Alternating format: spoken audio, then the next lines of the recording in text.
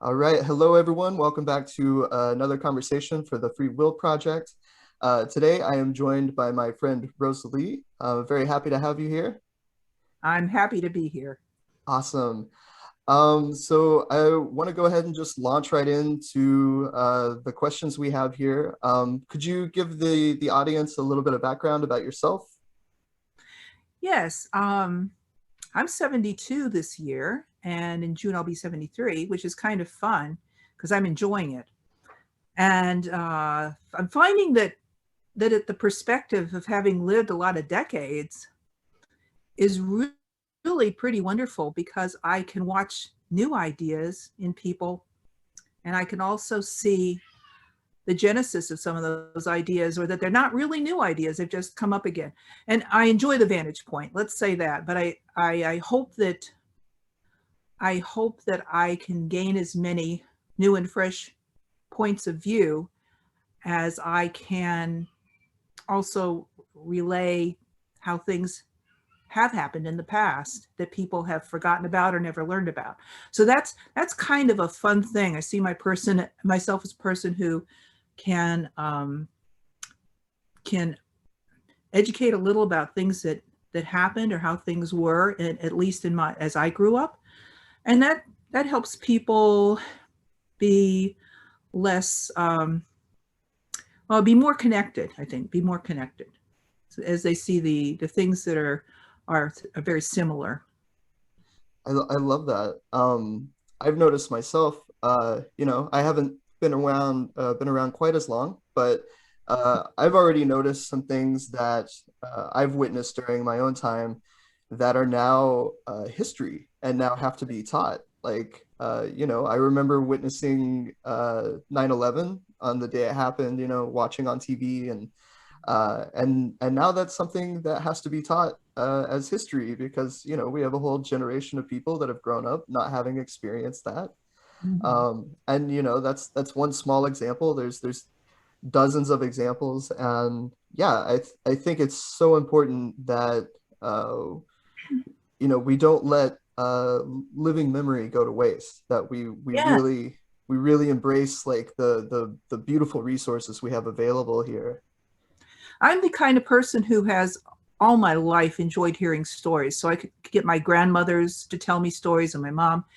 But then as an adult, as I moved through my 30s, my 40s, and my 50s, and continue to, would really enjoy going to retirement communities. Or if I was in a group, I might throw out questions like, how did you decide to study this? Or how did you meet your husband? Or what did you think about various things? Because I find that the stories that people tell, to me, point to the absurdity of free will.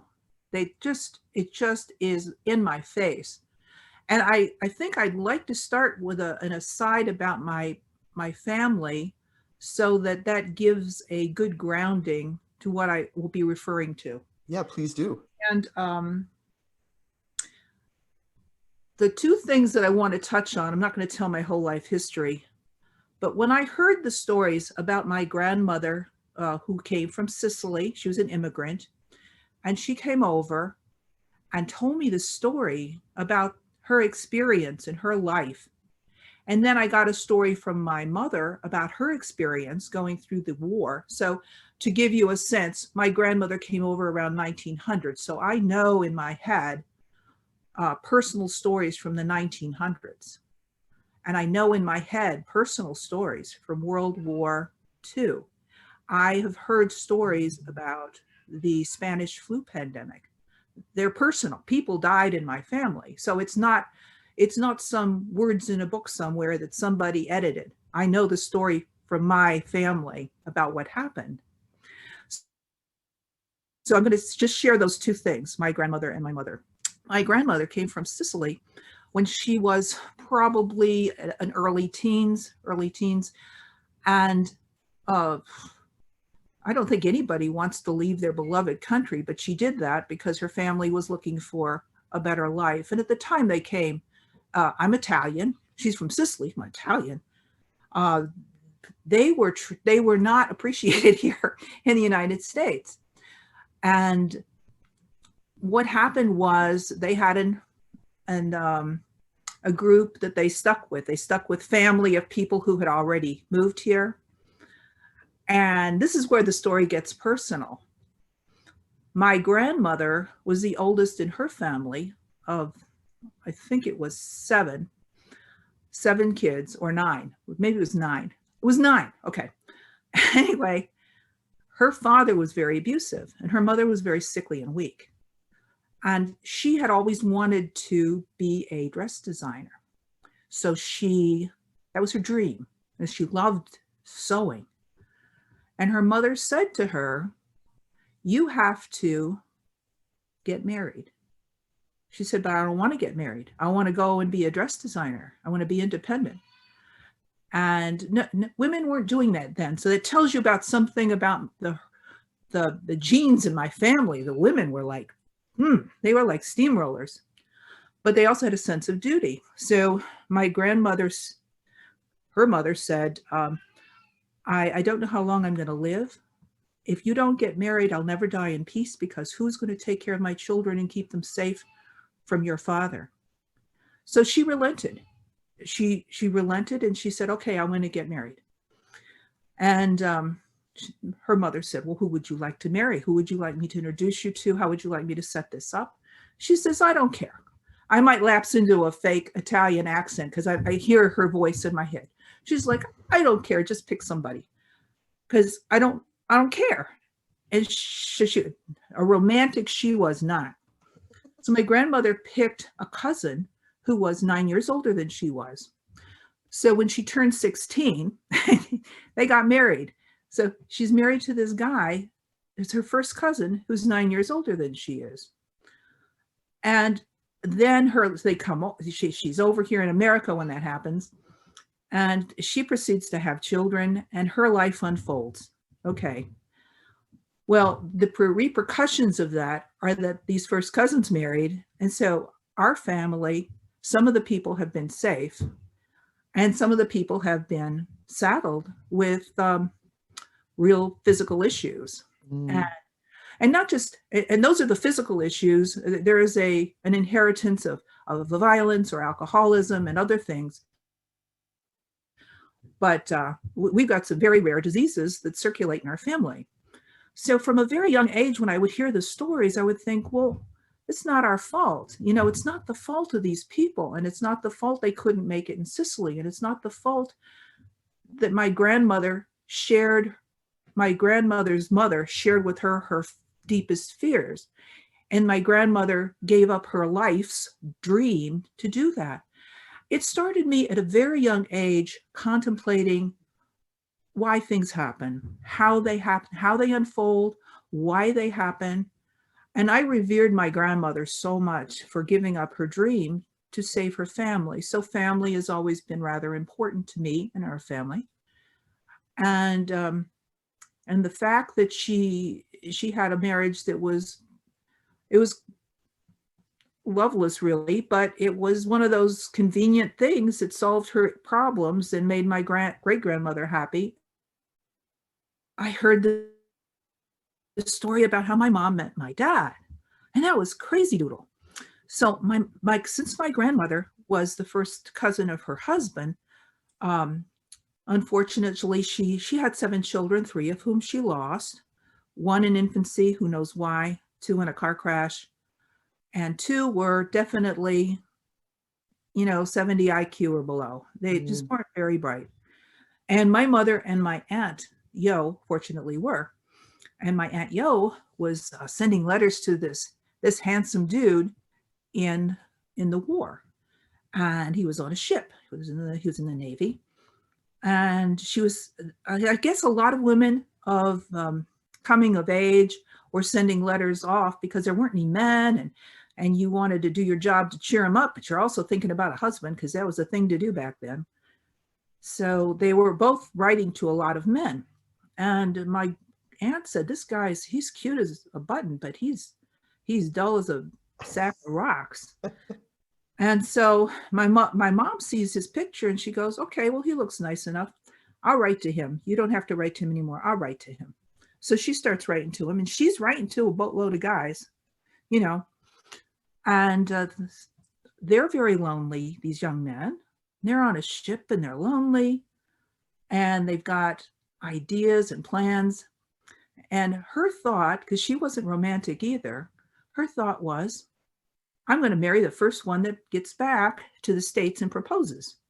There you She go. didn't care. She didn't care. So my dad, poor hapless guy that he was the first one that came back and asked her. And as no offense, I realized that he couldn't be any different than he was. He was raised in the Depression, and all of his dreams were bashed. He could have he got a scholarship to do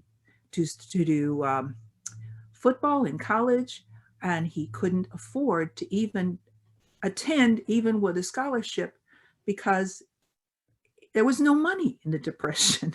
Right. so so there's this history of dreams dashed because of reasons outside of anybody's control.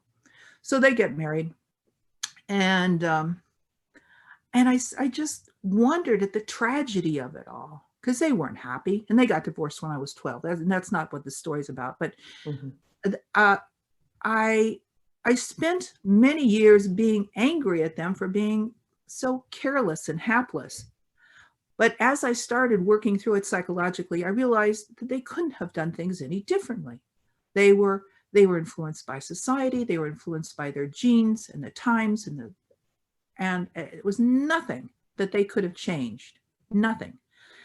And with that came such a great relief. And that was even before I realized about no free will and really understood it. It was like I just all my life I saw people doing things and having events in their life and accidents or great successes and has nothing to do with them.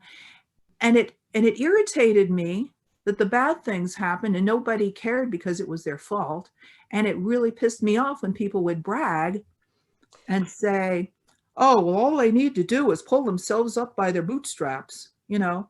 And I thought, nobody in my family that didn't do that couldn't did it, nobody wanted that. I had some aunts that were very successful, great aunts. Like my grandmother's sister, one opened a design school, and one opened a realty business. She was the first woman in Cleveland to open a realty business. So Wow. they had a drive, and then there was people with bad luck or bad situations, and they couldn't do anything. So right around, I'm going to skip ahead now. That just says that I've always been fascinated by that, and I think most people grapple with those questions. And for me, it led to being very interested in free will because I heard the term. I don't remember how or where, but I heard it and I thought, now that's interesting. That's interesting. So I about right before 2010, I got the Oxford Handbook of Free Will, which is I copied these pages so I could keep this because I couldn't talk with anyone in my family about free will, which is a, a reason I'm so glad I found the groups I have. Right. But having looked through that booklet, which was a compendium of essays from about 2000 to about 2007 or 8 of all of the publications about philosophically about free will. And I was in over my head. I'm not even pretending that I understood all of it, but I skimmed it and looked for the parts that talked about free will not being, how about it being an illusion, so that I could begin to understand what they were talking about. And it was about 4 or 5 years, 5 years at least after that I found the group that I did. So it was chance. It was chance that I found these things, and it was chance that I was a person who was, would you say, thinking about those issues, because I think it really scares some people, and I think it scares them a lot to think that they're not making decisions, because then they have to admit that other people aren't really making their freely chosen decisions either. And for me, that's a great relief, because it explains everything, and it also gives me a pathway to look into the future and see what kinds of things would sustain a more well-being for people Mhm. and would sustain an increased understanding and compassion, and especially the idea of compassion for people who have run afoul of the law or are not, they don't even have to do that. Parents who chastise their children for, oh, you should have known. How can you know what you don't know? How can you be what you can't be? How can you think what you can't think? It's just, that's just as criminal, to berate and judge people. And how many brilliant women were told that they couldn't study because that wasn't what women did, or they shouldn't think too hard. There's a marvelous story called the Yellow Wallpaper. It's a short story, and it's about the like the turn of the century or pre-turn of the century idea that if women thought too much, it would affect their lady parts, and and you know, throw off their balance and decrease. If they did anything too mental, that would affect the nether regions. So those are real things. Those are real things. They're real detriments. And the idea that it would be wonderful for people to be free to accept the person that they are, and then to use that acceptance and the support of society to explore that, learn as much as they can, or want or choose, that their brain, their inner workings allow them to, and then set them free to be as productive or have as much well-being as they can have. Everybody can't be Einstein or invent something. Or if if you're a great garbage collector, and that's, you just want to work so you can have this free time to do whatever you want, you know I, that's that's great. That's great. I I mean, mean, what a contribution. yeah, Like, somebody's got to do that. And that leads into kind of an economic ideas that I don't really want to get into right now, but that people should get living wages, and people should not be, if you're a really great, like this guy in New York, there was a story on NPR. He was a great pothole repair guy. He was a Leonardo da Vinci of pothole repair, and he loved to do it. This was an older, like a person from a different generation.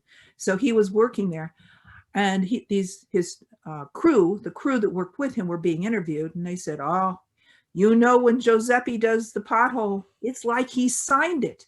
You can see the edges are perfect, and and then 5, 6, 10 years down the road, that pothole has no trouble, because he's an artist and he has pride in a pothole." And some people would say, what a loser. He has pride in a pothole. No, his pride in his work, that's what turns him on. It's not he didn't choose it, but he can revel in it, and his mhm. friends and society can benefit from it, and they can acknowledge his expertise. I mean, that's such a beautiful thing. And I'm going to just do an aside right now, because before I fell into the ideas of free will, I've always watched my animals, and I realized that they have particular personalities, and they have particular emotional states. They have nothing to do with what they're choosing to do. They just do them, but they don't feel saddled by guilt that what they're doing is stupid or ridiculous or outside the parameters of what a dog is supposed to do. I have a cat that would go up to the side of a door frame and just leap up and down and up and down and up and down. She'd reach up and grab a hold and slide down. And she would do that about 6 times, and then get the zoomies and run around the house. And it just filled it. It was a joyful thing for her. And I think, well, what if people were as comfortable with being themselves and being accepted as that? I mean, How many children are little boys especially, well, sit down, don't move around. That's not what we do. Boys don't cry. Girls don't do this. And how much more well-being and personal satisfaction if people were allowed to embrace what they enjoy without criticisms, without judgments. And it's been a struggle for me because my parents weren't of any kind of mind like that. They were like, oh, you should do this and you can't do that. And that saddled a lot of people, excuse me, saddled a lot of people my age, women and men both, with crazy ideas, oppressive ideas about the possibilities for their lives. And it's rooted in judgment, and the judgment is rooted in free will about what you can do. Oh, you should be able to do that. How many teachers like you? I've told you 3 times now that 3 and 4 is 7. You should be able to know that. Why should you be able to know that? Who says? Yeah, if it Maybe math isn't your thing, but maybe you're a genius of math and you figure it out and you fly past it. Now you're bored, so you're getting into trouble in school. Now your teacher's yelling at you because you're in trouble in school. There, you can't win for losing. So I was inculcated to think early on that women had to get married, but it didn't feel right. Not because I didn't want to get married. I liked men and wanted, that seemed like a plan. But when I was in it seemed like a nice thing to be with a person you sure. loved. But in high school, when I was in school, the options were 3 clubs for girls. And the 3 clubs were secretaries, nurses, and one other one, teachers. So you had 3 options. And I thought, even back then, I thought, well, there's got to be more options than that. But my experience as I got out into college and was counseled to just do teaching, because that's what women do. Because if you become a teacher, you could be off summer with your kids. I was told Right. on many occasions, and I was told to go into teaching by people who valued my abilities. The school where I had a B average, but I was over exceeding because I was also, when my parents got divorced, I was taking care of the family, the kids. I have 3 siblings and they were younger than I was. So I wasn't getting any sleep, and I don't know how I even graduated, but I did, and I did okay, but I was great at art. And even my art teacher was like, well, nobody can really go into anything like women. He didn't say women, but that's what he meant. Right. So you have to go into teaching. That's the only option. And my career counselor and my parents, and not my parents, my mom, and then that was it. That's all I heard. So that's what I did for my first time I went off to college. And it was I loved art, but the idea of teaching, I like to teach too, actually, but having that as my only option, like if you liked a lot of things and were told, well, that's the only one you could do. It's like, Kind of ruins the fun. it's like, okay, well, you're doing this and it's not bad, but you have no options. So I really, I'll go back to the idea of being interested in free will and the things that it confers. It confers all of this responsibility for being who you are. And it doesn't suggest that there's any reason why you can't succeed at something that society ordains. So I've always worked against that. I've had to work against that. And I was born with a temperament and a brain that was always curious and asking. And again, of my 3 siblings that are younger than I am, they didn't have that. They did it. They accepted stuff hook, line, and sinker of whoever, if it was religion or if it was whatever it was. And that was a shame because I could never talk with them. I care about them very deeply, but I could never talk with them about anything of importance to me because Mm, they were very steeped in older ideas and inflexible ideas. So, well, I'll just tell a little story. When I turned 30, I had read some self-help books because I was trying to, again, kind of lift myself out of, because I didn't have anybody to talk to. And one of the books I read said that it would be important to help in decision making if you envision the last moments of your life. You're like, okay, well, you're laying in bed and you're dying. What do you regret? And it says you're never going to regret that time you didn't clean the toilet an extra time, which was my role as a kid. You do the floor, and you're the one. If nobody wants to do that, you do it because you want to take care of people. Because a good woman wants to take care of people. right.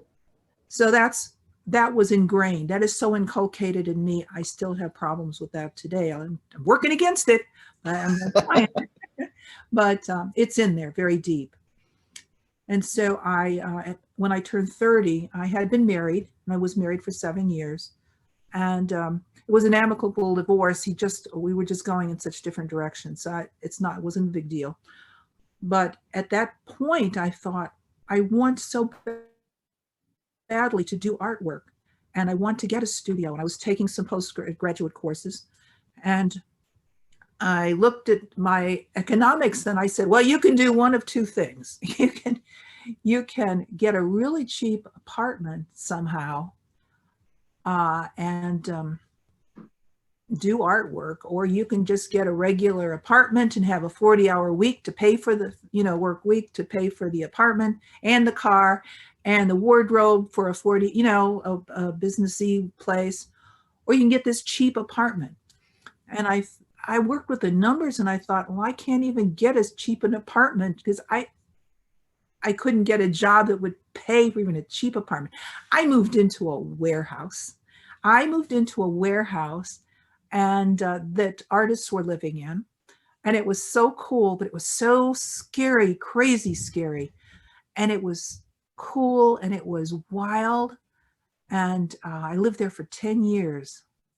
And it was like, I don't know if you know the term halcyon days, but it was like the brilliance of youth in a summer that will never happen, or that Mm, likely not to ever have happened, but it happened. And it was like a dream come true, is what it was like. Because it was very hard. It was very, very hard and isolating in many ways, because some of my friends were like, oh, you're in a warehouse. That's terrible. And my family was very much, you loser, you're in a warehouse. I shit you not.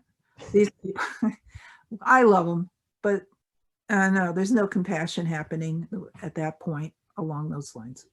it's strange how a concept like freedom is very much like in the eye of the beholder. Yeah.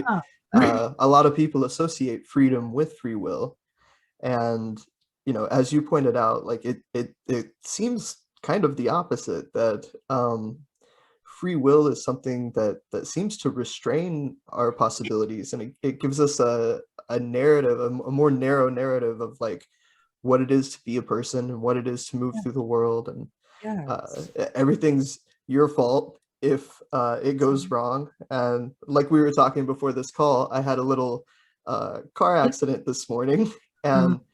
and although I struggle with those instincts to like blame myself for bumping a curb, at the end of the day, like I couldn't have done otherwise, and I have to kind of like let that go, and Yeah. just appreciate that I'm lucky enough that the problems with the car are probably repairable, and I'm not hurt, and my girlfriend isn't hurt, and so to me, there's more freedom in knowing that I couldn't have done otherwise. I'm able to be free in a different way. Hmm. So yeah, it sounds like that warehouse was something that people might have perceived as like limiting, and yet it was liberatory. It was. And the point of this is not that I had the free will to do that, I had the power of my will to do my dream. And blah, blah, blah. No, it was nothing like that. It was nothing like that. It was I was pragmatic in trying to figure out what my options were. So my brain was thinking through these things. But there was some other part of me I can't explain it, and I don't know what the words for it are, but I was impelled. I had to do this because I had read a sentence in a book that stuck in my brain, which resonated so much with me. I thought, how can I be on my deathbed and be bitter because I chose to be safe and please my family and do what society wanted, but not take care of myself? I have to try. And if I try and fail, then I will say, I tried. That's okay. People spend tens of thousands of dollars to take a program in college, and it winds up being something they find they don't like and they don't use it, but they have an experience, and that's fine. I don't think any people are upset about that. But for me to try to do this thing was just unthinkable for my family and some of my friends. Some of my friends at that point were artists, and they thought it was far out, but they were not critical of me. They thought, well, that's interesting. So, the point is that I felt impelled. I had to. I didn't even think it was a possibility that I could do otherwise, because I would never, ever have a chance like that again. I did not have a child at the time. I didn't have any responsibilities. And the rent was $50 a month. I'm feeling a little bit ill at the moment. I know, is it crazy? But it was a warehouse. The bathroom was down the hallway. There were people living under the bridge right by this, because it was no longer a warehouse. It was filled with studios and very strange people. Not strange people, but not your typical apartment house. Sounds a little bohemian. Oh, it was very bohemian. There was a recording studio and a photographer and a upholsterer and other people, and just, if you walk through there, you might think it was just vagabonds or something. I knew these people, and they were great. They were fine. They were all pursuing their dreams, and that was good. And the things that happened in that 10 years were unbelievable. And I look back and I think, was it successful? Was it not successful? I'm not a great famous artist right now. So does that mean I'm not successful? And then I thought, what I experienced changed the course of my life in terms of who I thought I was, what I thought my possibilities were. I fell in with this is crazy doodle. I was doing my artwork, so I was getting mailings from Enjoy the Arts. This was in Cincinnati, Ohio. And I was getting mailings, and because a dancer who was interested in recreating historic dance, he was in that also, and he borrowed their list to send mailings out. I got a mailing about free classes to learn Victorian dancing and stuff, and I thought, that's wackadoodle. I want to go there and see what that is. So I went. It became, after a year, it turned into a troupe. We performed all over the United States. I was in several movies. I became their costumer. I went back to school to study historic costume and fashion design.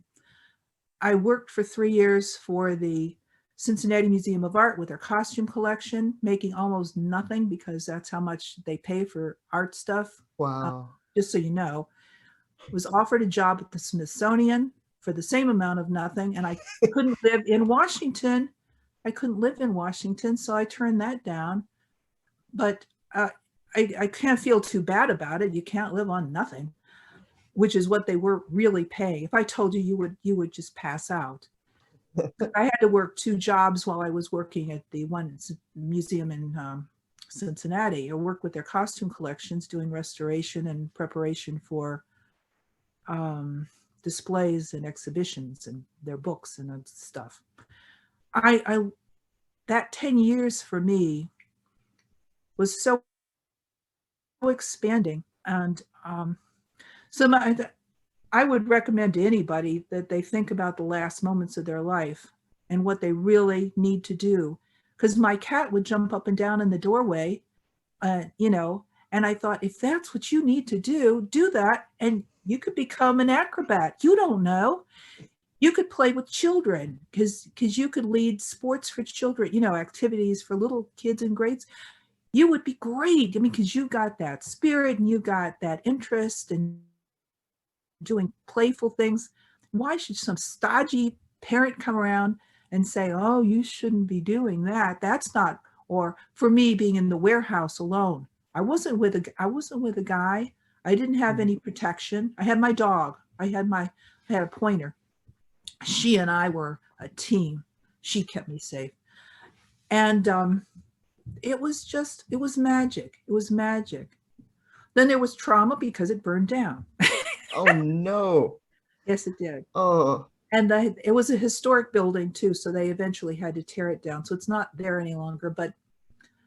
But things happen in people's lives, and you have to say, whoa, I didn't cause that.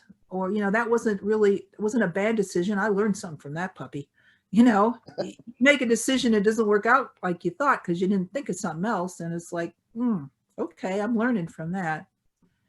So, yeah, I feel like a lot of what you were describing there is these are like avenues that people might be more encouraged to explore if the consequences of so-called failure weren't so drastic. If we right. had I don't a better infrastructure that allowed people to engage in some failure and some risk and whatnot. Mhm. And I think we would all be better off for it. Like overall, like society would be richer if we could take more risks. But as it is, yeah, a lot of people are kind of, you know, threatened by the institutions we have to kind of stay on the Yeah, so-called straight and narrow. have to. Well, even a very realistic thing that curtails people uh, was the idea that if you had a pre-existing disease, or if you had a child with a pre-existing disease, you had to stay in your job. If you left your job, that pre-existing disease would would limit the amount of care you could give to your family. You can't afford that. That's just unbelievable. So that's another thing that's more economic related, but that causes people to be forced to do things that's not fulfilling. And they, when you're doing a job that you don't care about because it's not fulfilling, that's not very productive. They had a UBI, the Universal Basic Income experiments they've had in some cities around the world. Mhm. And I may be biased, so but the one they had in Canada suggested that they ended it early, but some of the preliminary positive outcomes were that because the kids in high school did not have to have jobs in order to help with their families, they were able to participate in more things and do better in school, and more of them went off to college. And the adult people were able to start businesses that they'd always thought about doing, but they couldn't because they were locked into some low paying jobs. And who has the energy? Like, you know, you just can't, you hit a point where you're out of juice, I'll tell you. Yeah. So I think that those economic things, uh, the free will uh, paradigm that you need to do everything yourself, and if you don't, it's your fault, works against that idea that people should have or do better, have more well-being if they can have the relief mentally of knowing they have a basic income that's they're not going to fall through the cracks.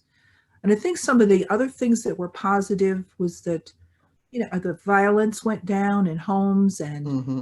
and mental health issues lessened because people were not stressed out because they that's so much stress. But between the time I was raising my daughter for about 20 years, we got divorced. It was my second marriage after 4 years. And the stress of trying to worry about how to make ends meet was, and how to care for her was just, it was making me absolutely ill. So it really affects people, it really affects people bad. And if the ideas that come along with the idea that free will is an illusion were implemented, more people would have the support they need for Right. drug addiction, or for family care, or for prenatal care, and for and they're just mental health. People, that would be, you'd want people to have that, and for enrichment programs for children, and equal education opportunities and options, and advanced, college education. Yeah, Uh, I think one implication that's pretty solid in my mind is that if responsibility is going to mean anything, it mhm. recognizing that free will is illusory, or however you want to phrase it, shifts that responsibility from the individual, and it distributes it more to all of us. It's kind of Yeah. up to all of us to take care of each other. Yes, yes, Uh, yes, exactly. That's how I feel about it. So that it does tie in with, it ties in a great deal, I think, with social issues, and especially right now in the United States, the prison systems and our justice system is horrific. And I don't want to go into that now. I feel very strongly about it, but um, I think it's demonstrated in other countries who have set up systems to try to address people's well-being before they would run amok of the law or have an issue. Is statistically, you can look at their outcomes and tell that that is a better approach. It is a better approach, and I think it's Portugal that outlawed they made drug use, mhm. they criminalized that. They've had incredible success with reduced usage, and people are in treatment and they're not in jail, and it's it's Yeah, wonderful. It's wonderful to see that, and I feel very angry, I guess, is that I'm in a country that is so pigheaded that they have to do everything themselves, and they have to stumble out of themselves. They could become outraged if we do anything that seems to follow what another country thinks is a good plan. We have to do what we think is a good plan. We have to figure it out ourselves. It's like, well, there's a half dozen first world countries with better health outcomes than we have in terms of infant mortality, mhm. 17 to be exact, I think. We're like at the It's bottom. quite a few. It's a lot. See, like, so if they're doing something different, why don't we peek and see what that is? Then we could do that. It's not a test. You can cheat off your neighbor. Like, Yeah, a good way of putting it. there's no Yeah. reason to not. Like, it's Yeah. But for them, that is a moral failing to have to not come up with it yourself. There's something in there that's so skewed. I don't really understand it, but it's this pig-headed kind of attitude about we have to do it ourselves, and people have to do it themselves. it's And very egocentric. Like yeah, we yeah. feel like we have to be like very original, and we have to invent everything ourselves, and Mm. there's no need to reinvent some ideas. They work just fine. Yeah, yeah, yeah. So I'm going to go past to a little part that I thought of that might resonate with somebody, and it's just the idea that when I was a teen, I did have these questions, and I so wish that they had programs on critical thinking, logic, and just classes in high school that would encourage you to think and ask questions, open-ended questions. It didn't have to be an answer. Because when I was a teen, I think that's when I started doing my search for atheism, which is not this topic either, but it's also that idea that I could be religion's all about free will, how you choose to be evil. It's like, or you choose to enjoy your sexuality. That's crazy doodle. So when I was a teen, I started thinking about those things. And again, that's why I think it would be great to have some classes in high school where, and before, of course, but some classes were to teach kids how to ask questions and think.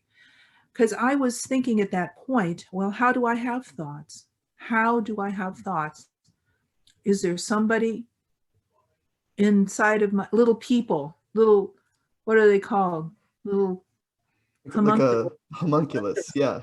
Yeah, they're in there and they're making decisions like that Disney movie.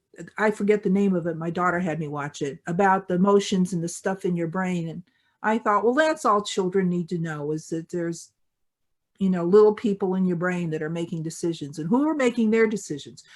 And that's what I thought. I thought, well, who's making their minds work? And I was religious. I wasn't away from religion at the time. And I was thinking, well, who? And later I was thinking, what more, like what causes thoughts? Right. But at the time I was like, well, how could, how can that be? And I sputtered to a stall because I couldn't figure it out. I thought this, because I was aware of, I went to school so long ago that they taught Latin. And I took Latin for 3 years and I learned all about the muses and Calliope and all those guys. Wow. Yeah, yeah, it's crazy. It's crazy. People my age had such a different experience in some ways. It's real interesting. But so I actually thought about that. Are there this magical, universal things and they go into your brain and do things in your brain, you know? And as a kid, I had a lot of questions. So I always had a lot of questions. And I think it would be great if parents um, were able to feed that rather than squash it. To Right. not just the school's responsibility. I think it is good parent would be a good parenting uh, style to Yeah. encourage questions and to encourage even where kids aren't agreeing with you, to encourage them to be troublesome in terms of having different thoughts and have them think about it, discuss that. Yeah. I think our ability to question and be curious, and I Mhm. mean, I think that's really like uh one of our best resources as humans. And we so often just like pressure people to just conform to what's already been laid out, and it's all been figured out for you and you don't need to think about it, and don't you dare shake things up. Mm. And and it's like we really do it backwards, where like we have this amazing ability to be critical and to reinvent things and to even generate novelty in the world. And we don't tap into that resource. And I think that's that's one of the shortcomings of a sort of like fixed established social order like we have. And it'd be wonderful if we could find a way to loosen that up and take advantage of a child's natural curiosity and let them run with it, foster that instead of, like you said, squashing it. Absolutely. Absolutely. So what this is interesting. When I was my first degree was in education. Then I went back and got a degree in fashion design. But with that degree in education, it was comprehensive, which meant I was able to teach all grades. And when I did have my daughter, um, which was when I was 42, so that was interesting. But as wow, little kids have so much energy, and I was running low on steam. But she was really I thought this is my one chance to try to use some of the ideas that I have. And it was very positive for me and it was a very positive outcome. Uh, her mind was very, I, she was Uh, she was very quick and had smarter than average and very quick. And she also was very like compassionate. She was, and I tried to encourage as much as I could all aspects of what she was interested in. It was positive, and because of that, uh, we have a great rapport, and I can talk to her, and I don't know that I could have done things any differently. So it's not because I'm a great person, it's not because I'm super mom and I'm going to tell Uh, everybody how to be a mom. Pat yourself on But the back. it was a very open and encouraging way of being with a child to embrace their desires, to embrace their desires. And as a parent who did some of these things and tried, and I understood that I would expose her to, I was the person, because it was a single mom after we got divorced, and then I would expose her to things. I was one of the causal events in what she was going to be exposed to. And even though I'm not responsible for that, because I really wanted to do that, like the cat jumping up and down the doorway, I was so jazzed because she was so, I said, oh, this is cool. She's my kid and I'm going to do all these things. And so it was fun. It was great fun. And I would do wackadoodle things with her that you wouldn't even think of doing, but they would come up and I'd go, well, why not? That was the question. Instead of saying, why should I let her do this? Or how does this go against society? I would think, why not?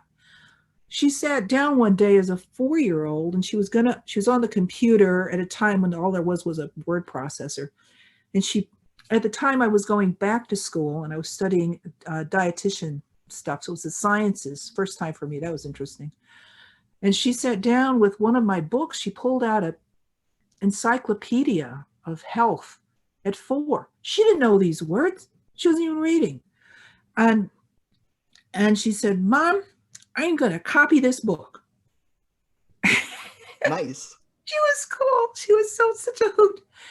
And instead of saying something like my mom would say, like, that's a ridiculous idea, or that's a waste of time, or that's stupid, you're too young to do that, any of those negative things, I said, well, you go for it. So she sat there for 20 minutes copying out one short paragraph as a 4-year old. And I thought, that's the way she was happy. I was happy, you know. And she would tell me about how she was going to, I taught her how to check eggs in a grocery store. This is an aside, but this is part of it. I said, before we get the eggs, we have to check to see that they're not cracked. And she would do that. And she enjoyed, she had such a sense of accomplishment. We're talking about a very young child. And then I would talk with her about her ideas and stuff.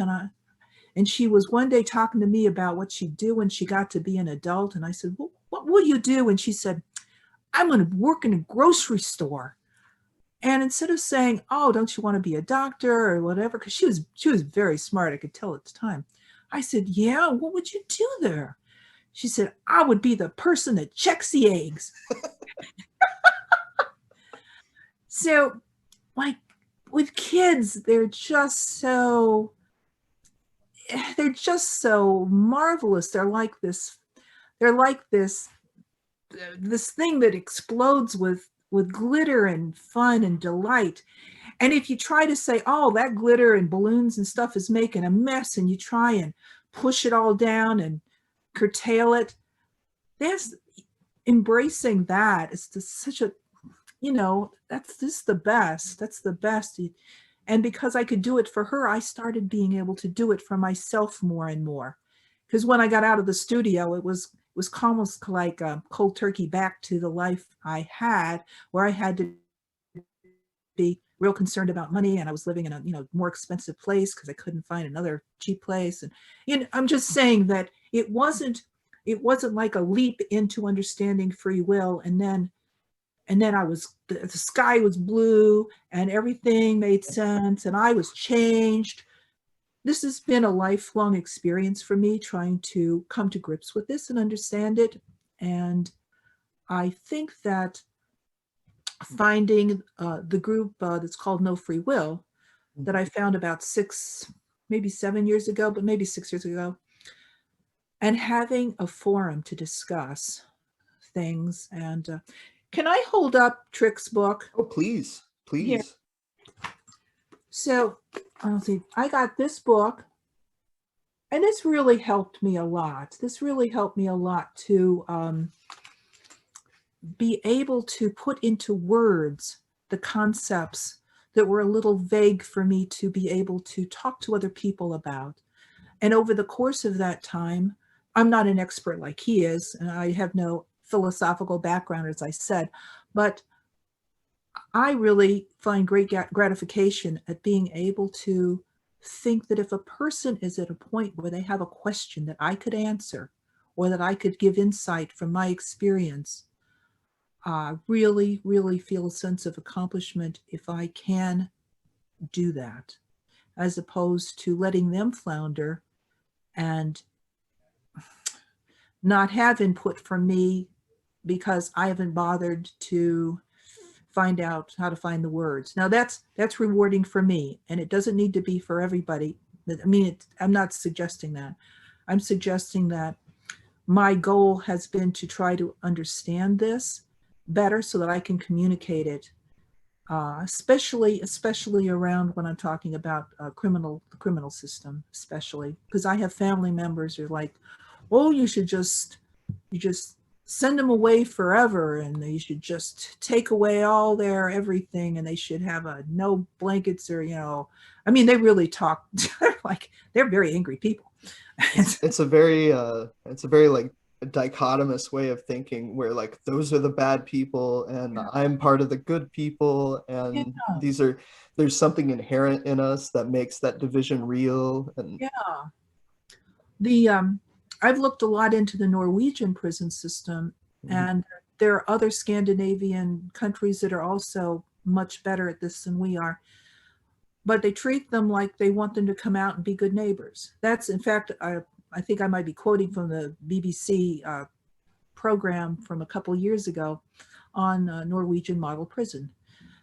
And we have had a few of our prison, I forget what the people in charge of prisoners are called, but that have gone there and actually um, tried to find out how their how they handle their prison system causes such a reduction in recidivism and such a positive outcomes in the communities where these people go back out and they can be good neighbors. How can we put people in a prison without like computers and libraries? And I don't mean just a copy of a Bible. That is not what I mean.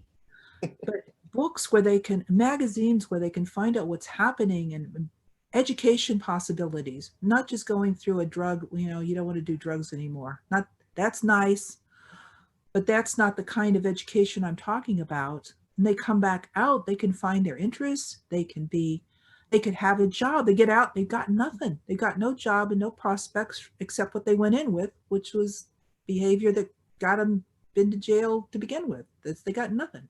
And our system is particularly cruel on that front, where if you've spent time in prison, it's almost impossible to get employment. Mhm. You really have to struggle. It's very difficult to get aid from the government to, feed yourself or pay your bills, or Yeah. um, a lot of those reforms from, I think it's like the 80s and the 90s, where we got tough on crime, so to speak. Oh, yeah. And what we did was generate a bunch of criminals. Yes. And that's not those that's not to blame those individual people. That's to recognize that like We, we've created a system that manufactures that behavior. And that's on all of us. It's it's really heartbreaking to think about. And I hope this is something we can address like in the near future as a I, society. I do too. I really do. Um, I had an opportunity to work at a minimum security prison for almost a year, and it was heartbreaking. It was Wow. heartbreaking. It was heartbreaking for reasons that you might not even suspect. It was heartbreaking because the training for the guards was minimal, and they were mostly bullies. It was heartbreaking because the people who were there because it was minimum security, there were people who had drug offenses and drunkenness. They caused a crime. They weren't really, they weren't big wig criminals here. But while they were off of their drugs and off of alcohol and off of drugs, there was a group of men there. It was like nearly 100, were just regular men. And they could have educated themselves. They could have, they could have spent that time becoming better citizens, but it was so negative, especially coming from the what's the word for it? The institutional people in charge. What are those people called? The people in charge. I don't know. Sure, sure. The authorities there. Yeah, the authorities. They were just. It left such a bad taste in my mouth, and it was. I think It was very hard. It was a heartbreaking experience for me. I had to leave. I had to leave. I was in charge of the kitchen there. So with my dietitian degree under my belt, I started trying to work my way into being in the. You can do two routes. You can take care of patients, or you can oversee kitchens and for institutions. And that's what I went in that more of that direction. wow. Well, So it was. good on you for trying. I did try, and one of the best jobs I had. I'm not sure if this is about free will. Go ahead. I'll tell it anyway because it relates to the prison system. For a year before that, I had worked at a halfway house, which was for the same company that ran the prison. So they had many programs and facilities that worked with prison populations. And the halfway house was about 20 women who were working their way into skills, and they were being overseen because they could not be set loose into society. They just didn't have the skills.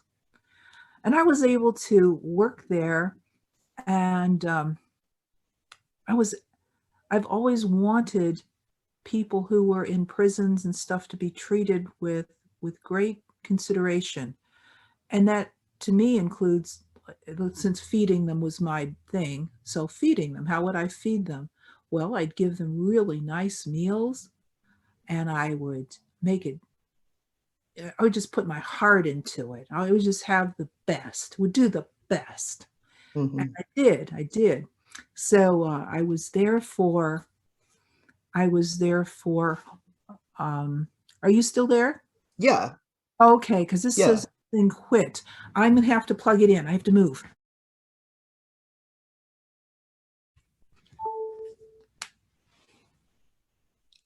That's good. Okay. So, so I was so sneaky. I was so sneaky. So I was very confident in my skills to manage a kitchen, especially with just 20 people.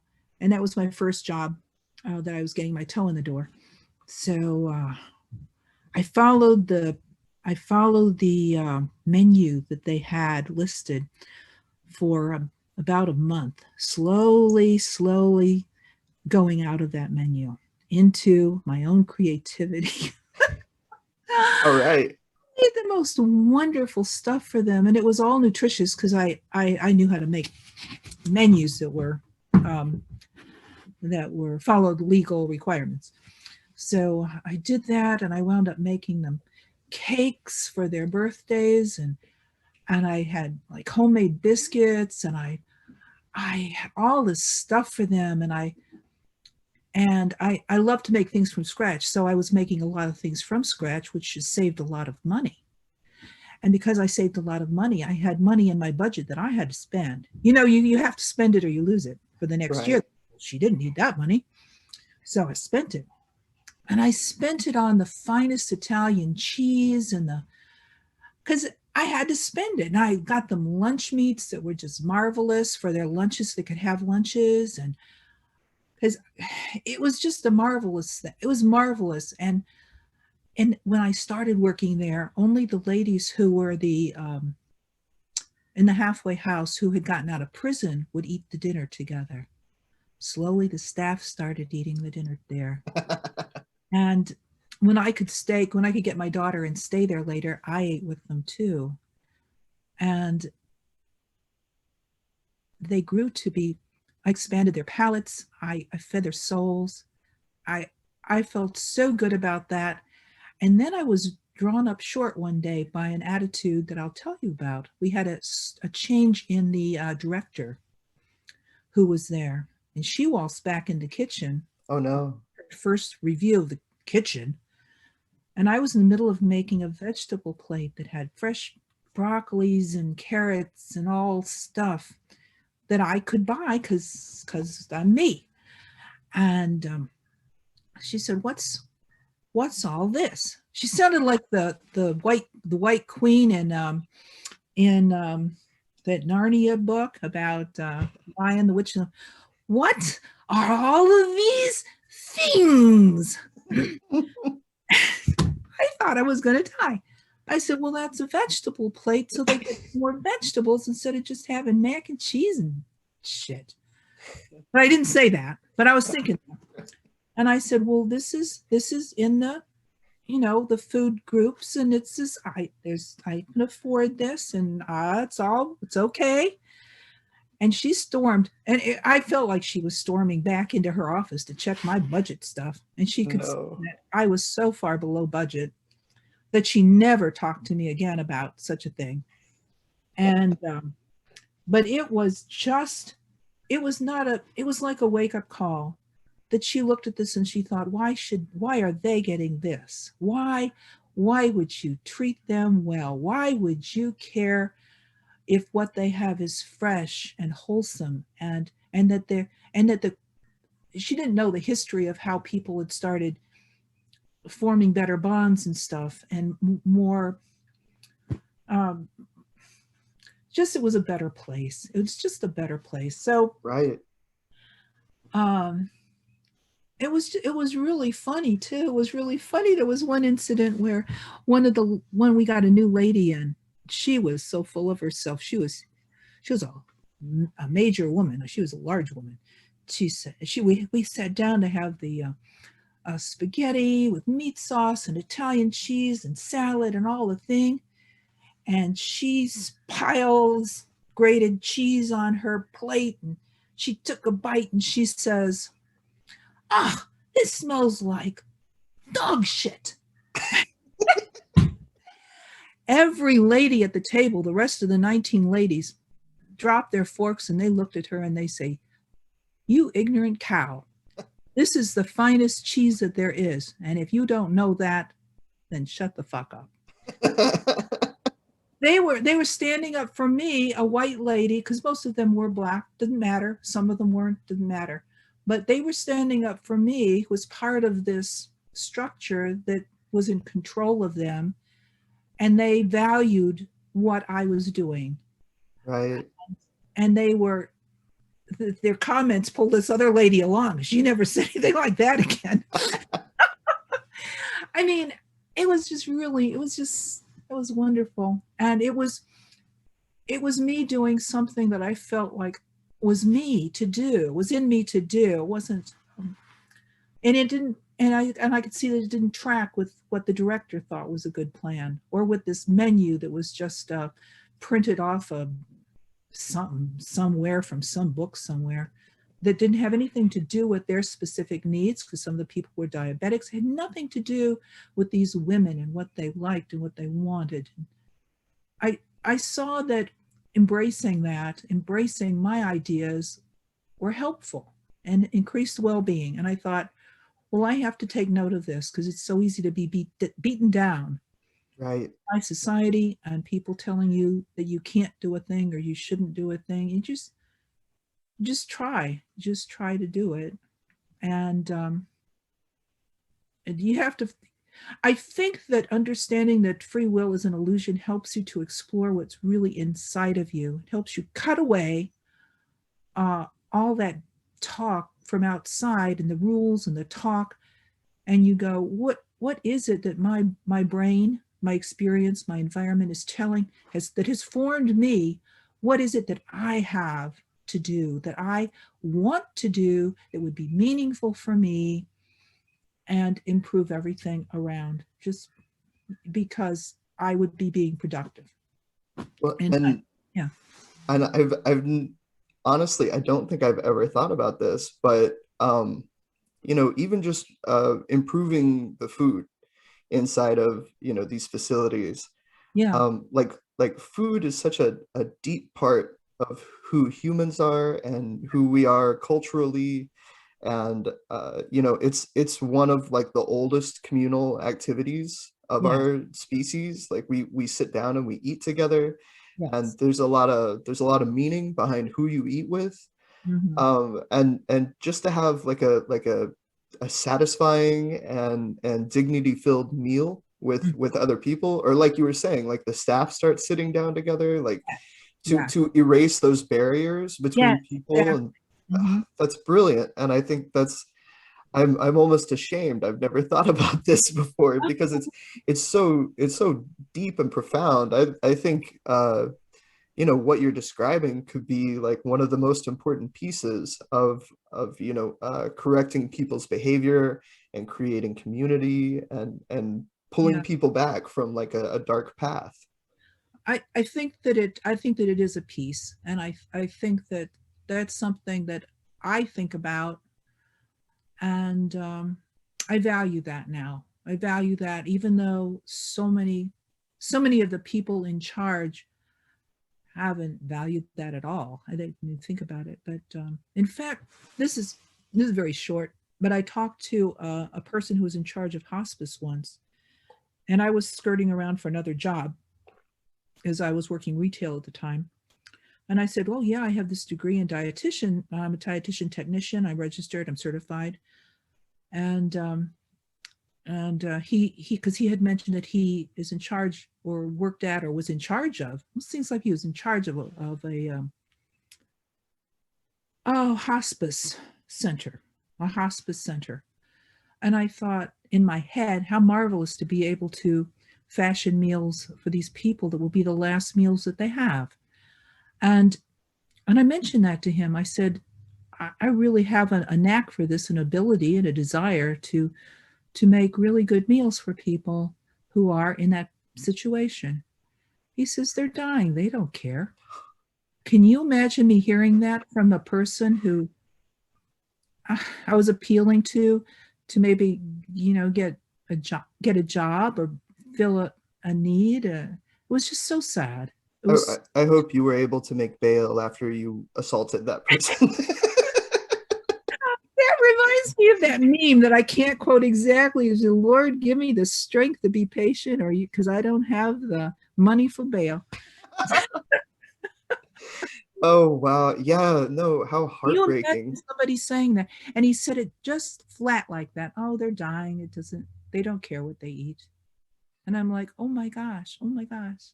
I Can mean, you that believe that? that that expresses so much of the problem right there. Is like we're not seeing the value in their experience. And that's another one of those paradoxes that like people think that sort of intrinsic value for other people like has something to do with the way we perceive free will. And I see it very much the other way, that like if I'm not busy judging someone else for Mm, how their influences and their biology and whatnot has like caused them to act, if I'm not busy judging them about that, I can just recognize that's a person.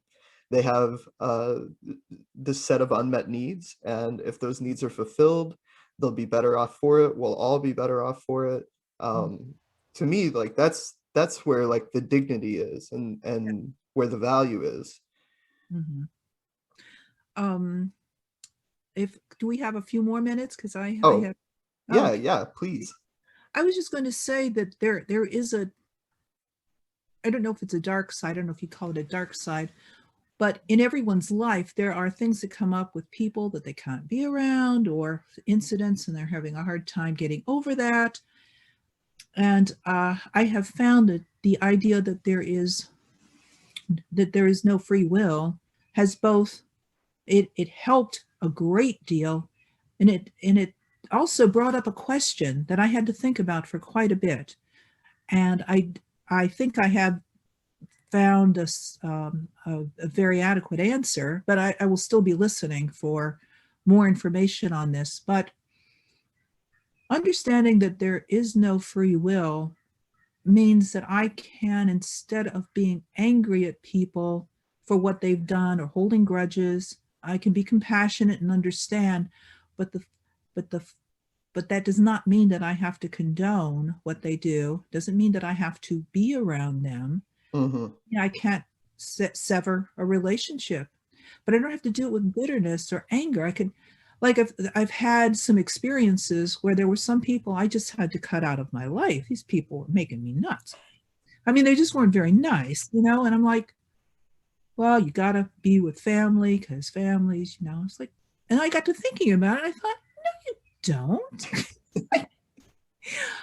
I thought what I figured out was that I can be compassionate and I can have understanding of them, and I can not be angry with them because they just do stuff and they don't, you know, they don't know what they're doing. They don't know what or why. They haven't thought about it, and it probably has very little to do with me specifically. It's their, you know, it's what's in them. But the point is, I'm the person that gets to keep myself safe, and it's important for me to form boundaries that are wholesome and that that help keep me well. Like I have been depressed in my life, and so Hmm. that's so debilitating. I mean, it can be very debilitating. And when I force myself to try to be around people or to do things that they aren't in me to do, or to work harder than I can work, and not say, hey, you know, I need help, you know, or hey, you know, this isn't working out between us, so we just can't do this anymore. So if you get help and we can talk this out, fine. If not, I can't be around you. And people are kind of surprised sometimes. And it's like, I'm not angry. I just, we don't have anything left anymore here um, I don't even know what you want to call it. This experience is, it's like defunct right now. So either we come back, we talk through it and resolve this, and you can say what your problems are with me. It's not like I'm perfect. It's just I can't do this anymore. Hmm. And if we can't do that, we can't get counseling or read books or just have conversations. I don't care. There's not one way. Then then I can't do this. I can't do this with you anymore. And that's been very helpful for me. Yeah, I don't think it, that's. it came up in my head as a problem. Oh, well, if nobody can help it, then you have to appreciate, you know, you can't separate yourself from people who are doing stuff because they can't help it. I'm like, oh yes, I can. Right. Yeah, I think that's kind of a microcosm, and it's parallel to this sort of instinct that people have, like, well, if there's no free will and people can't help their behavior, then we have to just let everyone out of the prisons and let everything happen. And it's like, well, we can still restrain someone that's going to be harmful to the rest of us, right? Yeah, Uh, yeah. we just don't have to do it with malice, and we don't have to hurt them, and we can do our best to put them on the right path for themselves and for the rest of society. Mm. And yeah, I think that that applies in our own personal lives too. Like you don't have to be friends with everyone because Hey, sometimes that's not going to work out. It's just not. Like yeah. we're not in that beautiful utopian future where we all hold hands and sing kumbaya and That's right. That's right. Um, I like to second guess myself, and I like to say I like to because I always do and I can't help it. But in thinking about free will being an illusion, I at the beginning I was thinking, well, do you really think this? Or are you just saying this? Do you really believe this? Do you really believe this? Do you act like you believe this?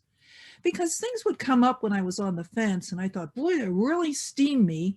And then I'd have to delve into it. And I says, well, am I mad at them?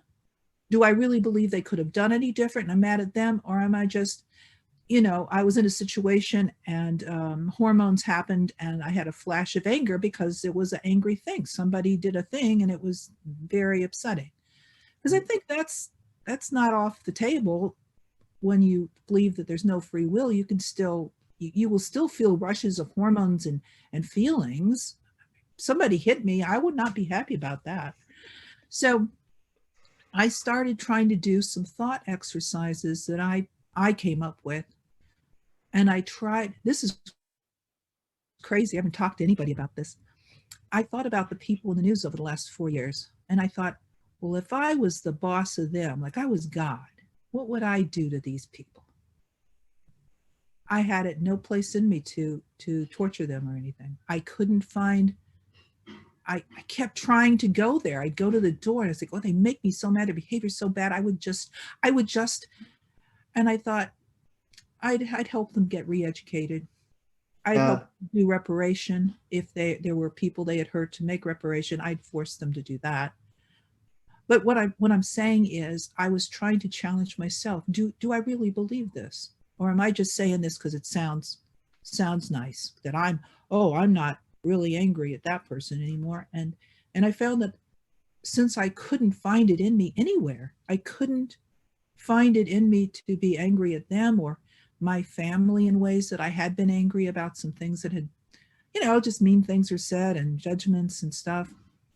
And I'm like, no, I just, I understand. I see it from such a different point of view now that I cannot be angry. Doesn't mean I have to be around people I can't be around or tolerate injustice. In like when I say injustice, I like to think that if somebody punched me, I have the wherewithal to punch them back. I don't know, because if somebody was going to bully me in that way, I would like to think that I would feel like I had the right to stand up for myself. So I'm Sure. not talking about some kind of turn the other cheek thing where you just are, uh, you know, a mat by a door.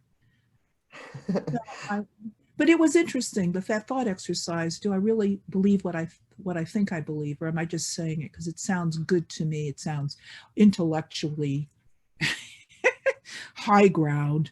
Right.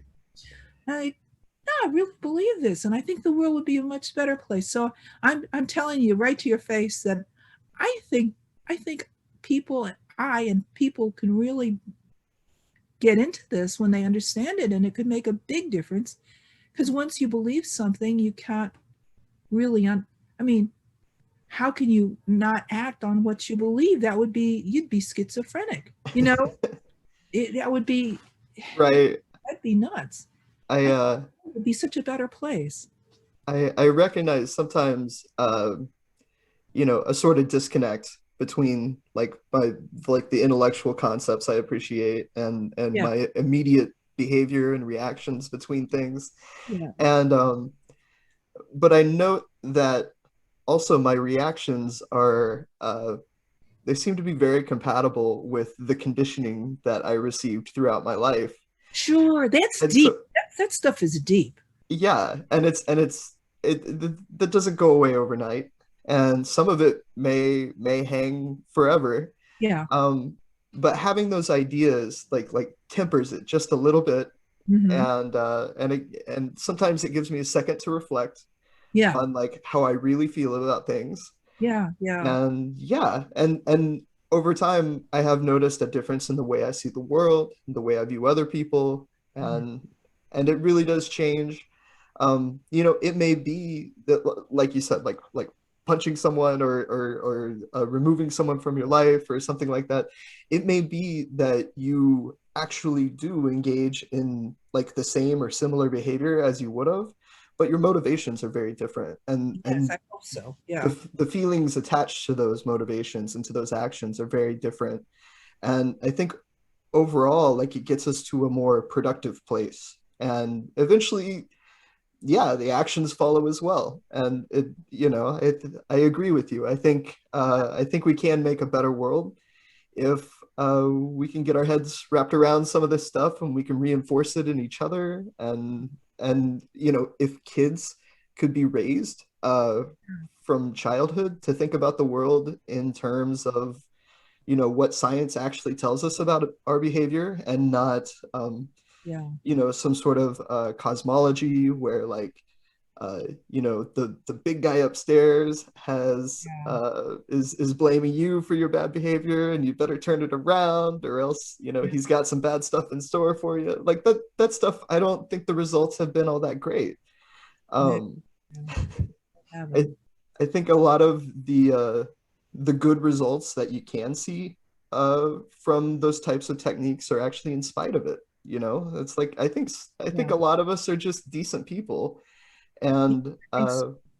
yeah, we have kind of a mixed up world we're trying to make our way through.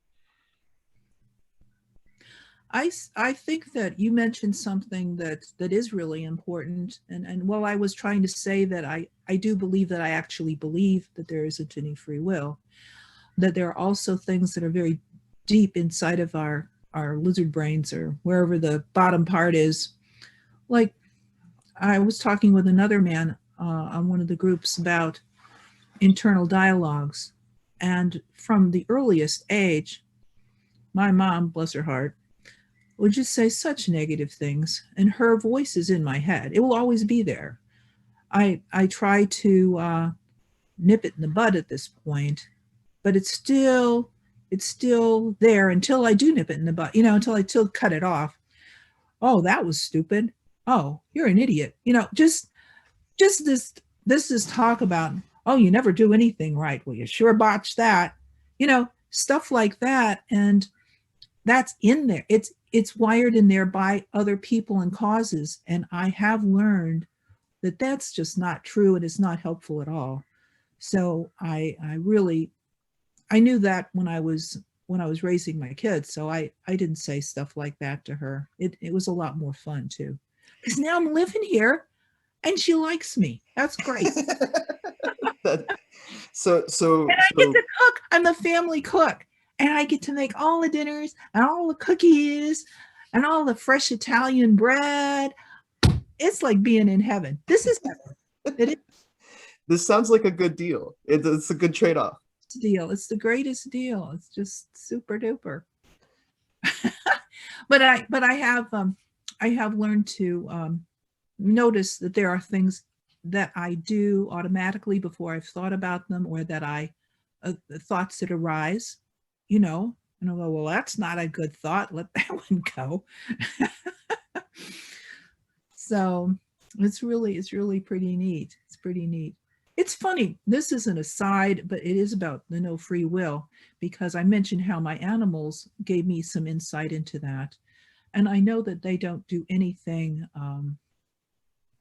based on they don't do anything based on malice and stuff. They just don't. They just don't. But they do things that that are very kind sometimes. And I don't think there's as much difference between animals and people as people like to think. And an example of that was my dog I had years ago, and raised her and wanted her to be a real companion dog. So I spent lots of time with her, training her and talking to her, especially talking to her, taking her every place I went. And then when she was about a year old, I was very sick. I had the flu, couldn't get out of bed. Couldn't get out of bed. I was married at the time. My husband had took care of her, took her out. So I knew she was taken care of, and put her food down and her water and everything, and left for work. I wake up around 11, and she's brought me her shoes, my shoes, because that's my signal to take her out. And I'm like, no, I know you can go all day because we go to work every day. You don't need to go out. And I can't get up. So I was talking to the dog like a fool. I'm talking to this dog, and she's looking at me quizzically. She doesn't understand. So I fall back to sleep, and she's problem solving. So she goes into the closet and gets every pair of shoes that I own and puts them on the bed. My bed is festooned with every shoe I own. So I wake up and I see all these shoes, and I'm like, oh no. And I try to explain again. I said, I got the flu. I can't get up. I'm sick as a dog. I pushed all the shoes on the floor, which probably disappointed her. I don't know what she was thinking. I fell back to sleep. When I woke up about a half hour later, she had brought me all her dry kibble and placed it by my pillow. Can you believe that? Yeah. Oh, wow. So I think it kind of goes back to your comment that people have goodness in them. They have a potential if it's not beaten or squashed or diverted because of situations. And I think if a dog can be humane, if my dog can be humane to me, what might a person, what might a community or a social system be where that kind of kindness is extended by humans to other humans? You know, it separated, that experience separated me from the idea that we can't be good and thoughtful, and that or the idea that animals are so lowly and blah blah blah. It's like they almost are a more noble mirror image of what kindness and goodness and patience and second chances and compassion are. Right. So I was seeing something very raw and very natural and uncontrived, and I saw it play out. And I thought about people and how that potential is there. And it was it was good that I noted it. It made a difference. It made me see things in a different way. That's beautiful. I was um, I was lucky to have had that experience. It really was meaningful to me. It's very meaningful. So yeah. Well, I is there any other question you'd like to ask? Because I think I've talked a lot. Um, Honestly, I was just thinking this is kind of a beautiful moment to wrap up. I think we kind of went full circle, and I think really if there's a conclusion that's appropriate for this conversation, just in general, it's that we have so much potential, and if we apply ourselves and approach that potential intelligently, we can unlock it. And Yeah. there's just so much of that not happening today, and it has to do with these illusions we carry around, and we got to Yeah. find ways around them. So yeah, if you're good, I'll go ahead and wrap up. Yeah, go ahead and do that. This has been such a pleasure. Thank you Yeah, so much, Chet. thank you, Rosalie. I had such a good time. These stories that you're sharing are just invaluable. So thank you so much for your time and effort for sharing. And if anyone is still watching, thank you for your time as well. Um, I have a couple more interviews lined up for the future, and then at that point, I might be taking another break. I'm not sure. Okay. Life is busy right now. So, but once again, thank you, Rosalie. This has been an absolute pleasure. Thanks. Thanks for listening. I appreciate it. Awesome. Bye. Bye.